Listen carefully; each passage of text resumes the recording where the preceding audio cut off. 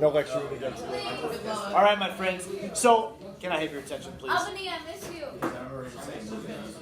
I miss you, Nav. If you ever watch this video, Now, you got us now. You're going to be watching. Not ask me to. I know you're watching. And thank you. This is where we were. Will you listen, please? No. This is where we were on Thursday last week before we went into the lecture room. I know I had one day to talk about electrochemistry, did some of the basics. There's two terms that I did not use on purpose that day because I knew they were on the reading assignment. So we have to know what the anode and the cathode are. Anode and cathode. Now, you read about that. Some of you had it on the reading quiz and some of you didn't. What happens at the anode?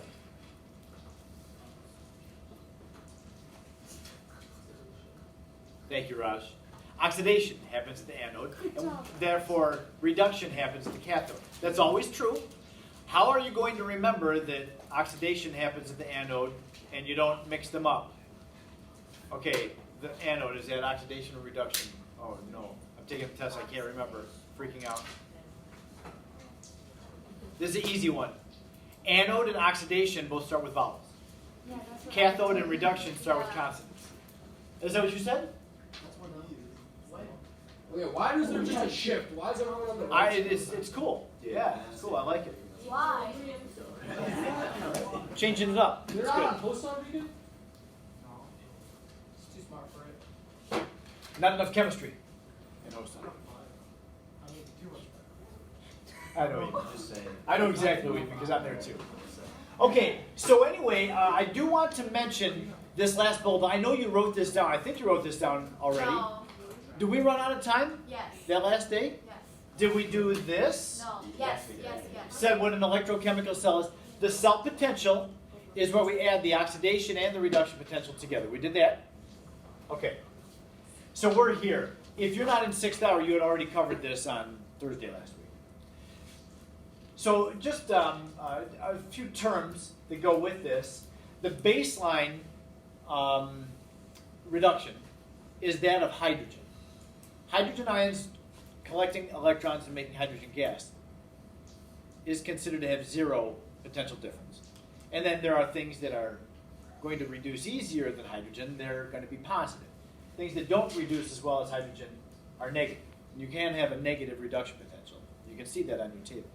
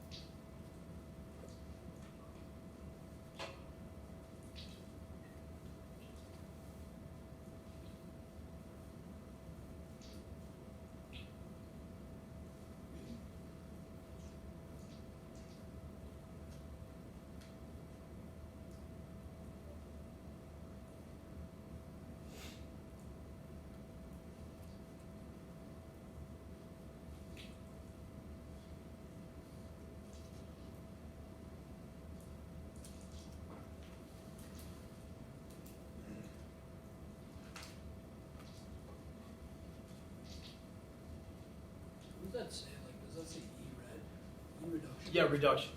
Yep.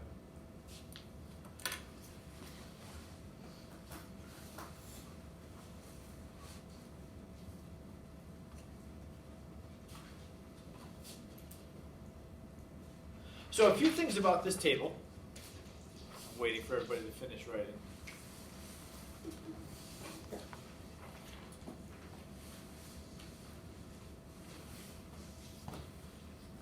Looking at the title of the table, the first word there, standard. I have another slide that's going to say what standard exactly means. We'll come back to that one. Notice these are all given as reductions. In every single one of these, the electrons are on the reactant side. If we have an oxidation, and we have to have oxidation to go with reduction in every single reaction, what you would do is you just find the thing that's reducing. Listen, in the products of these are all written as reduction reactions, half reactions. If you need something to oxidize, find it in here, anywhere on the table, as a product. Turn the equation around, so the product becomes reactants, reactants become products.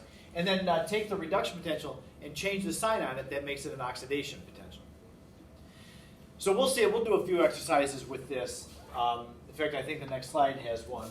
So there's only one table over here? Yeah, you're not going to get an oxidation table. It's just going to be reductions. And then if you need an oxidation, you just flip it around. Yep. So here's an example, simple example. Find the cell potential for this reaction.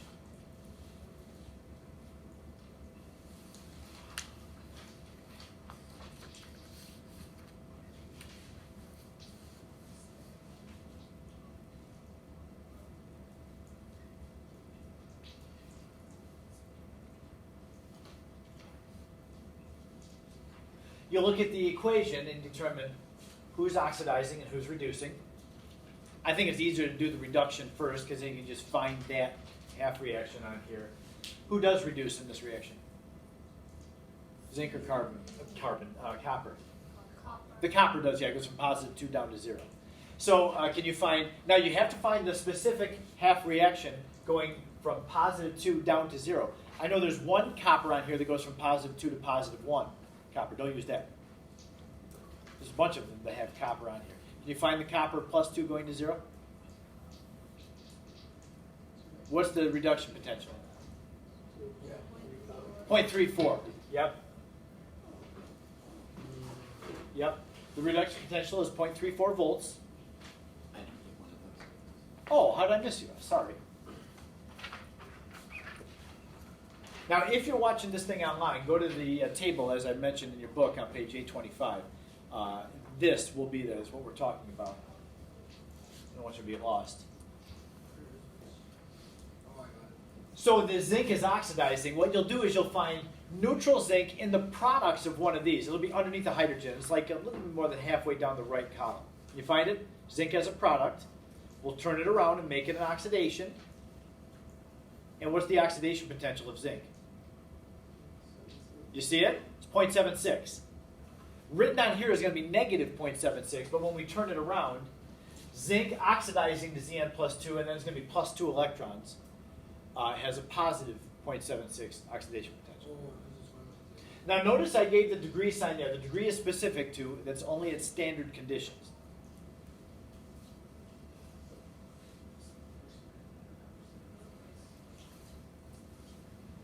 Okay, so as I mentioned on the previous slide, for a reaction you take the reduction potential plus the oxidation potential, and that will give you the cell potential. So it's pretty simple. Now remember, we do that because reduction doesn't ever just happen on its own. Oxidation doesn't ever just happen on its own. They have to happen together. So you'll always have these two potentials to add together. So what does it mean to have a positive 1.1 volt reaction or cell? What that means is this. All redox reactions, if they have a positive cell potential, that means they're spontaneous. If it's above. Yeah, yeah.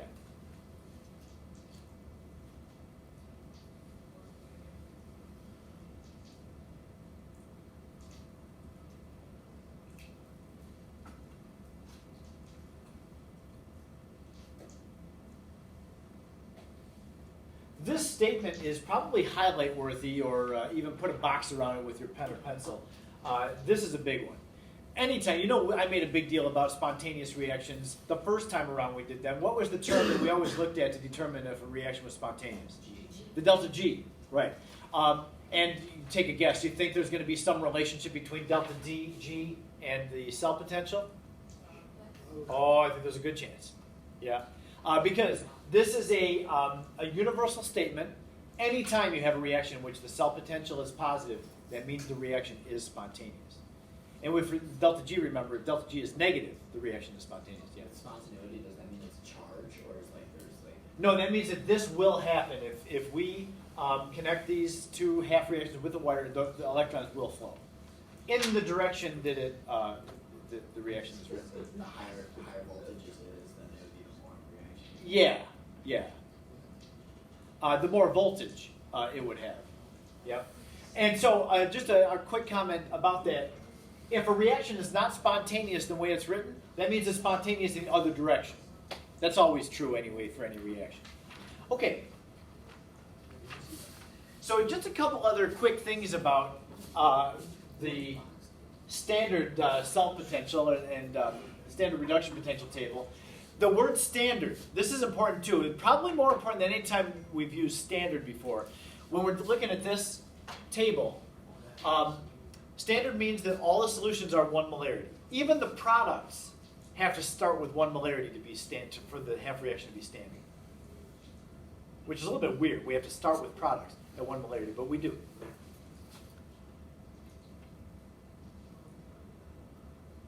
So yeah, the concentration is going to affect the voltage, and we're going to have a mathematical formula that describes how, but that's for later.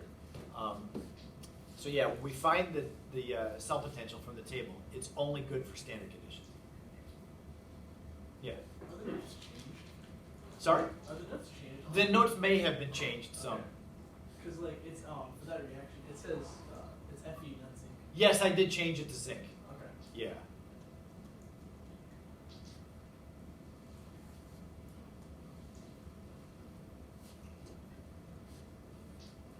Wait, does the E formation just mean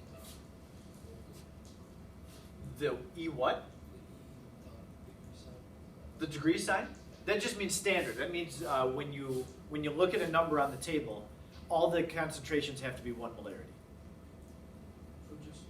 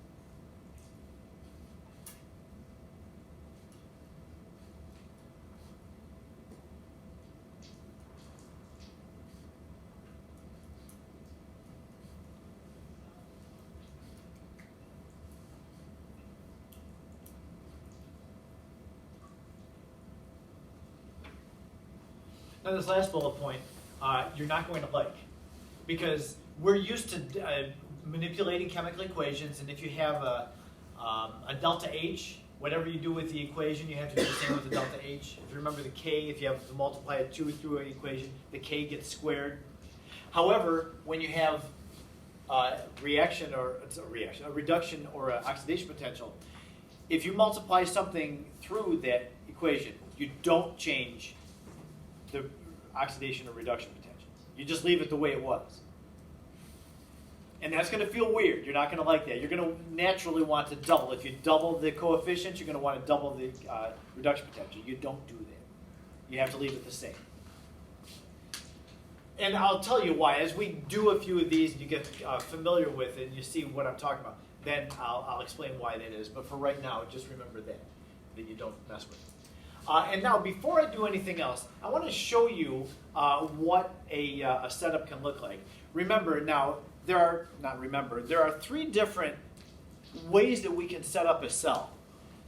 The first one I introduced to you the first day, and that's where we have 2 beakers. One of the beakers would be the anode, the other beaker would be the cathode, with a U-tube salt bridge between them.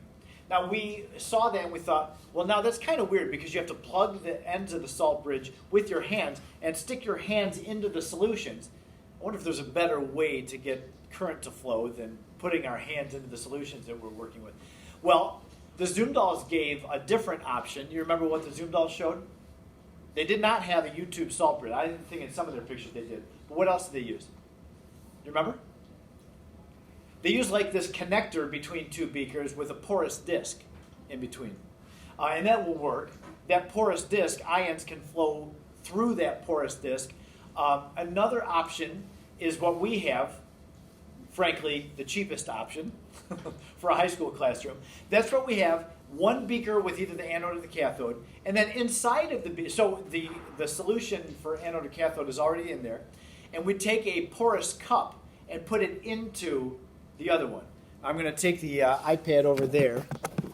Oh, and my 6th hour can see, look at what I'm looking at here. We got our usuals over there on that side of the room. But then, look, these are empty seats. What? Reagan, Danny, Sachin, what happened to you? Well, we're going to go, oh my goodness, look at these guys.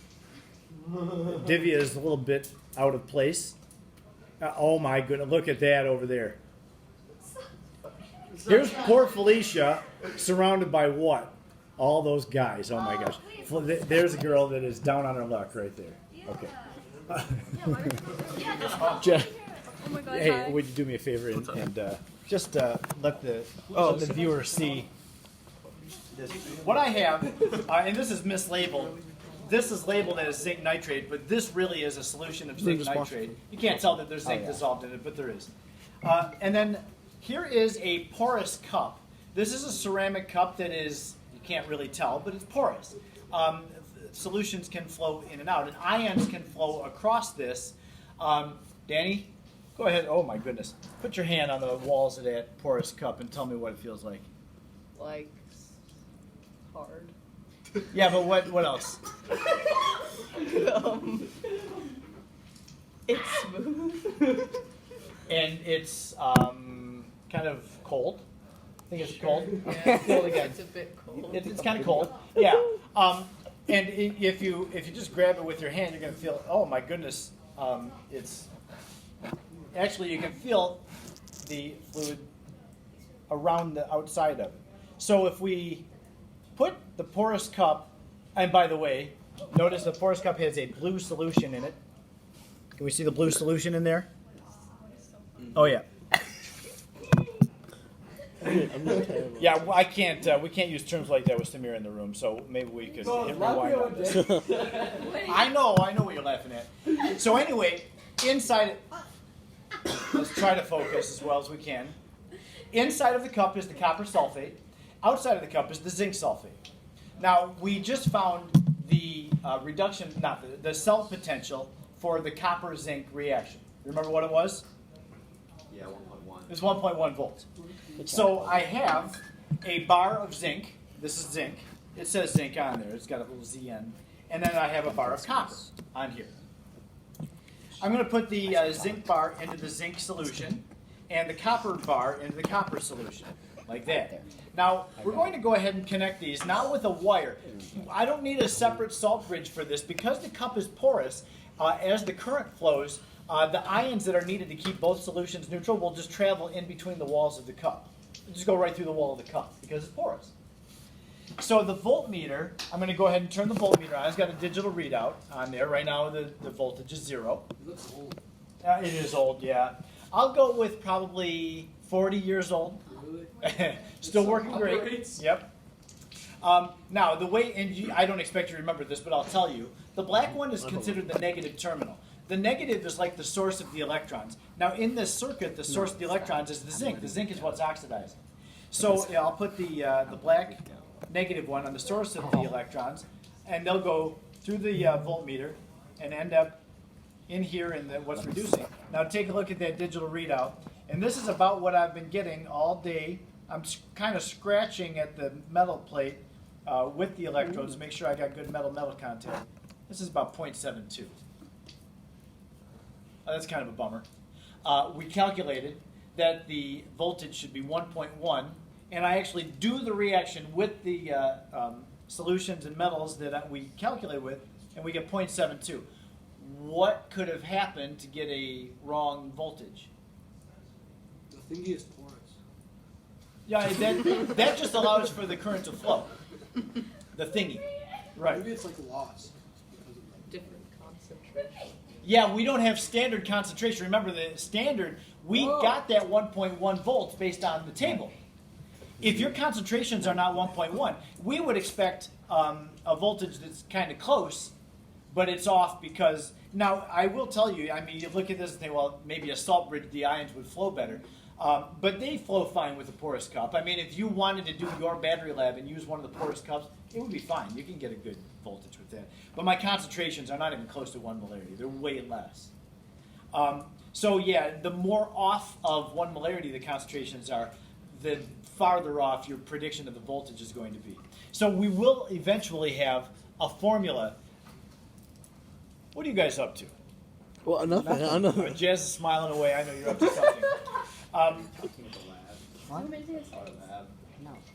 Yeah, so on the battery lab, the more concentrated we're going to find out, the more concentrated your solutions are, as long as the reactant solutions, the higher the voltage is going to be. All right, can I take that back? Yeah. Thanks. I'll have to watch this again and see what you guys were up to. Oh, I thought you did. Okay, so let's move along. I just have one last topic. It's going to take us a little bit of time to go through it. When we talk about the complete description of the cell, there's going to be 5 different aspects about an electrochemical cell that we're going to have to be able to describe. One, at the very basic, the balanced equation and the cell potential. We have to come up with those. That's part of how we would describe an electrochemical cell.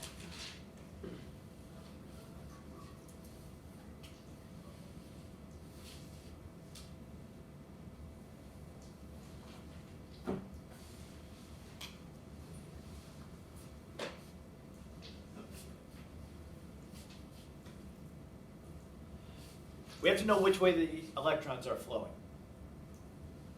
Galvanic electrochemical cells are all about getting the electrons through a wire from one thing to another. We have to know which direction they're flowing. And it always goes from the anode to the cathode. Always. So that's our number 3. We have to know which one is the anode and which one is the cathode, based on who's oxidizing and who's reducing.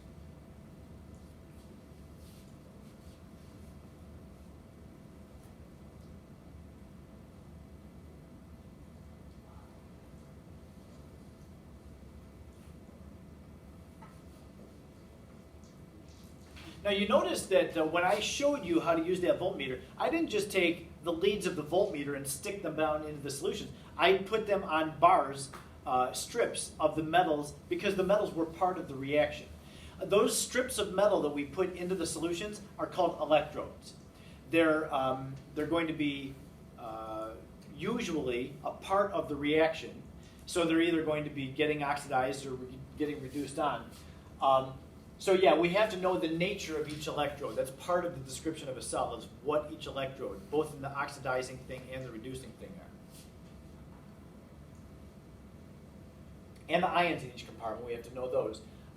Now, the electrodes, though, can be a little tricky. I got 2 bullet points kind of developing that with the electrodes. So if your half reaction has a metal in it, use that metal for your electrode, because it has to be there to react. But if you don't have a metal as part of your half reaction, you don't always, then we'll just use platinum. We have to have some non-reacting conductor in there. Platinum is usually the one of choice.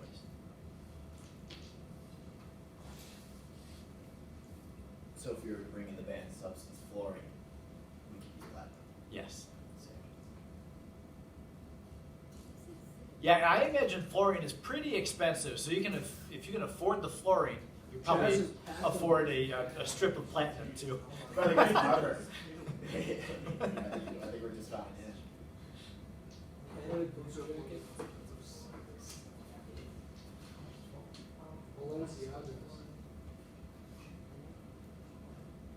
So fine. It's not even, you can't even use it.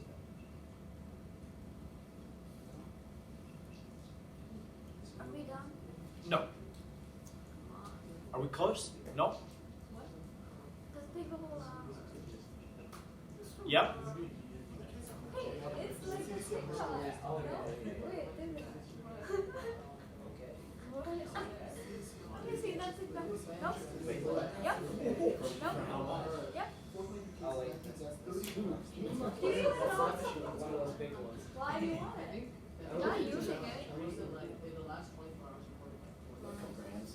something like here.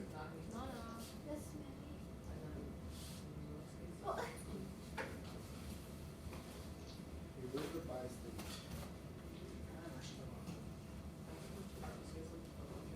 So the insert conductor would have a charge. No, no. If it had a, no, it can't because it wouldn't be a metal piece if it had a charge. Yeah, okay. So it's got to be some neutral metal. Okay, just look up. Now, as I mentioned before, platinum is good because it's got two things. Number one, it's non-reactive, and number two, it's a very good conductor. So that's what we'll generally use. Because theoretically, you could just stick the end of the lead end of the voltmeter in there too. But the voltmeter lead end is probably not as good as platinum in terms of its non-reactivity. So that's what makes platinum really good, is platinum virtually reacts with nothing. Very expensive. So that's a bit of a drawback.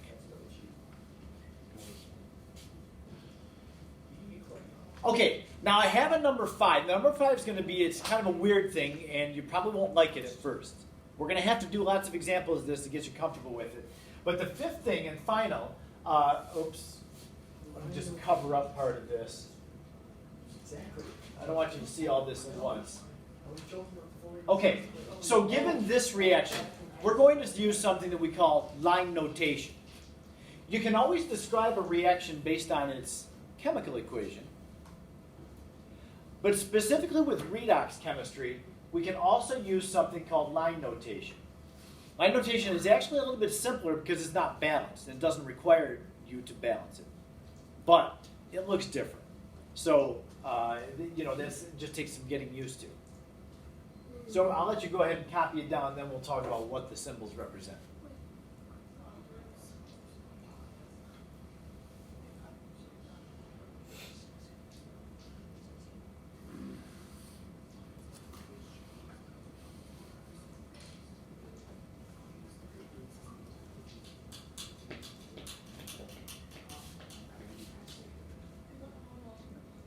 All right, I want you to take a look at this.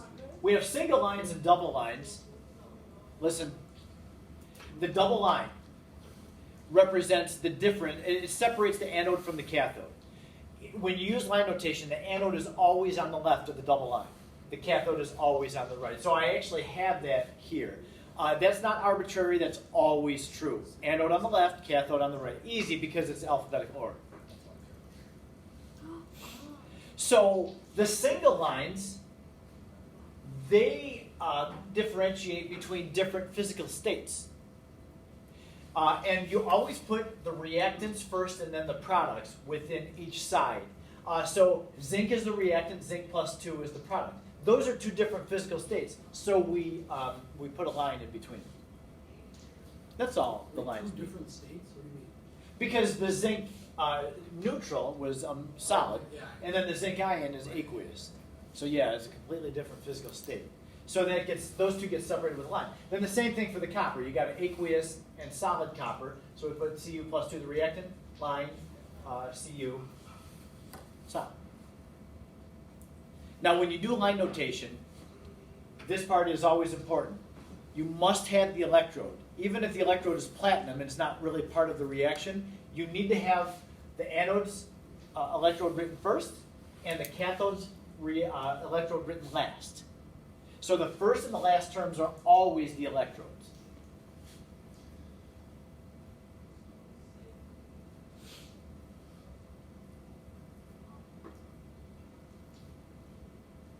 So if you have platinum, No, because we didn't need platinum for the copper-zinc reaction. I know, but what if you had? Oh, so I had that in the next example. That's what's under the slide, the screen shape.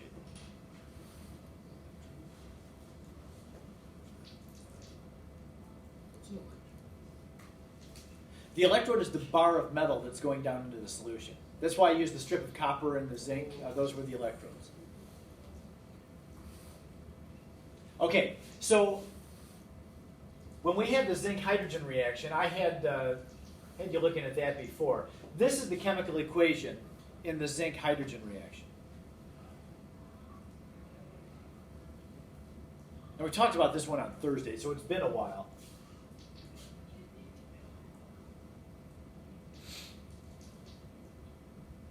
If I could just take you back quickly, I think it's slide 7. even 8. This is a picture of the electrochemical cell for the zinc-hydrogen reaction. The zinc is the anode. I didn't have these labeled, but the zinc is oxidizing, so it's the anode. The electrons are leaving the anode, coming over here into the cathode. So this is where hydrogen ions migrate toward the electrons coming in. They grab the electrons off of the platinum, and they bubble out as hydrogen gas. So our reactant over here in the cathode is the hydrogen ion. The product is the hydrogen gas, and the electrode is platinum. So the way that's going to look in our line notation is like this. The anode is simple. It's just zinc metal becoming zinc ion. But then in the cathode, I have the hydrogen ion producing hydrogen gas. Notice I separated those with a comma, not a line. And then our platinum electrode is on the other side of the line. So the H plus to H2 is it's the ion. Going That's to the reaction, right. So if your reactant and product are the same physical state, you need to separate them, but with a comma. Now, why would I consider aqueous to be the same physical state as gas? They are the same. They're both dispersed states of matter. Yes, Cody. They're both just kind of out there spread apart from one another with a lot of space in between them. Now, if that really bothers you and you really don't think that aqueous and gas should be the same physical state, another way that you could write it is like this. Now, the zinc is not changing. You still have a solid with zinc plus 2. But over here, you could have written this. H plus, line, H2, line, PT. Separating those two because they're different physical states with a single line, that would be fine too. And it's totally cool to have two single vertical lines on one side of, like on the cathode side. This shows us hydrogen is reacting, hydrogen gas is made, and the electrode is platinum. Wait, does that line just separate the anode and the cathode? Like the double line? The double line, yeah, that's always there to separate the anode from the cathode. Yep. And the anode has to come first. So either way these two are written is fine. Yeah, like I say, if you really don't agree that aqueous and gas are similar enough to consider the same physical state, then put a line in between them, it's fine.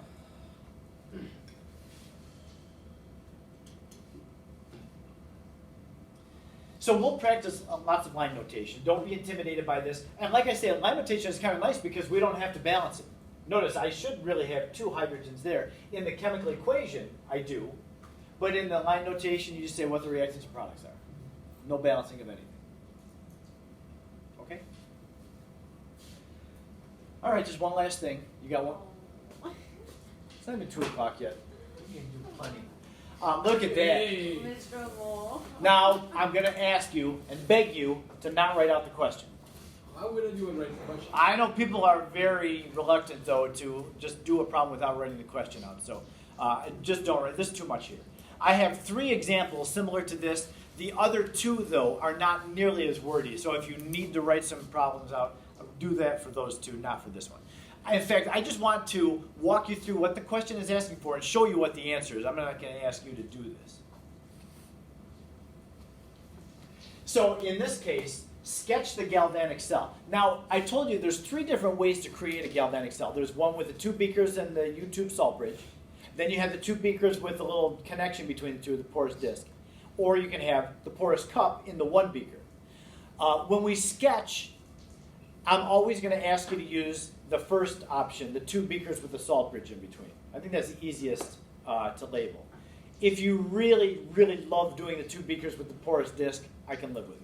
Don't do the porous cup, though. Okay? Now, what that means is all of your cell sketches, and there's going to be a bunch. There's a lot of questions like this at the beginning of the exercise. So you'll see when you do it.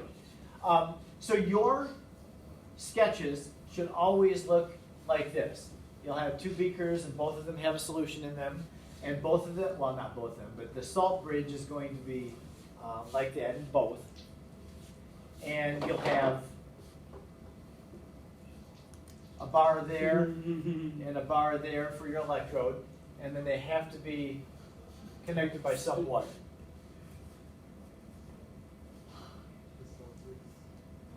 This whole bridge is funny. It's like that. It's like a valve. It's not like a bridge. It's a good salt bridge. Okay. It is a good song, but. Thank you. Thank you. Now let's end it. So all of your drawings are going to have that. You can just go ahead and draw that first and I'll label everything from there. So what is it asking us for? I got a galvanic cell here. Show the direction of electron flow. So I have to identify which side is going to be the anode, which side is going to be the cathode. I always put the anode on the left. So the electrons are always flowing from left to right. You can do it on the right if you want, the anode, and then have the electrons going the other way. If you want to be a rebel, then put your anode on the right.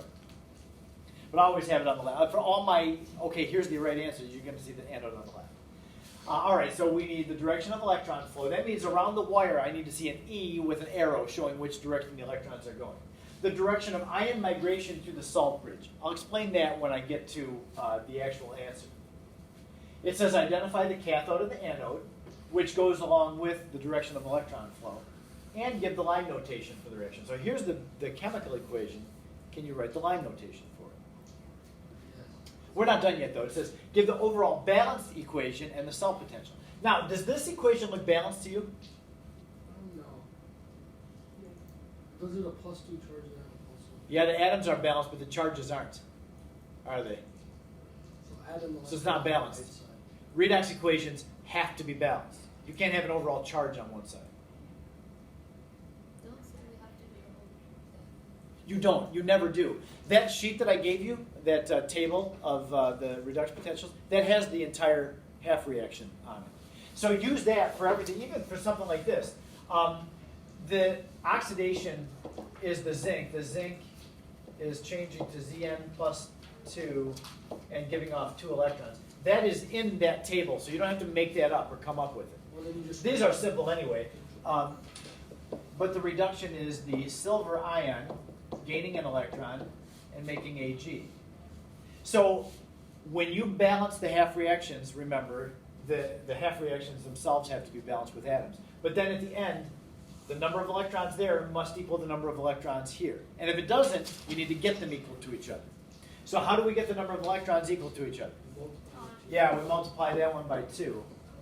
That's why the balanced chemical equation looks like this. There's 2 Ags on the left, 2 Ags on the right. Atoms are still balanced, and the charge is balanced too.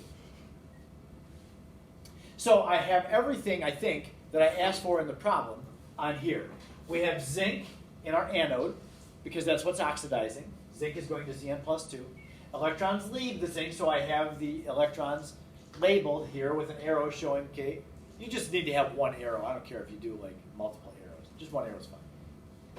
Over here we have silver ions reducing on the silver bar. So the electrode over here is silver. The electrode on the left side is zinc.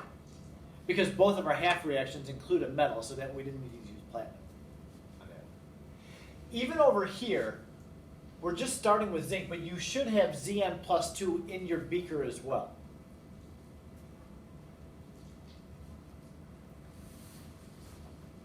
Now the ion migration through the salt bridge. I told you I would show you that when we got to the answer. Remember, the salt bridge has a bunch of positive and negative ions in it. And they're there so that they can keep both these beakers neutral. Zinc is losing electrons. The electrons are leaving and going up there. So what happens on the left side is negative charge is leaving. If negative charge leaves, that means I'm going to build up positive charge over here. I can't. We've talked before. Nature doesn't allow that. So the negative ions from the salt bridge are going to flow into here and keep the charge in here neutral. They're going to replace the negative charge that the electrons left with. So the negatives will always come. So I want you to think about this. Anions always flow into the anode. See that? The cations always flow into the cathode. There's a reason that the anode and the cathode were identified like that. And the reason that anions... So an means negative and cat means positive always. Yeah, so the negative ions are floating into where the negative, where this we've got like a voided negative so they flow in.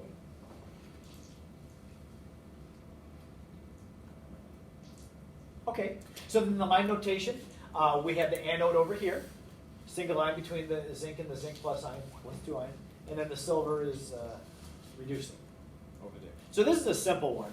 And then the next one I'm going to ask you to try. That will be a simple one as well until we get to the third example. That one will be fun. And that's tomorrow. Not today. We good for today? Yes. Head and neck? Raj, you want to keep going? We can do another example. Sure. I'll let you off this time.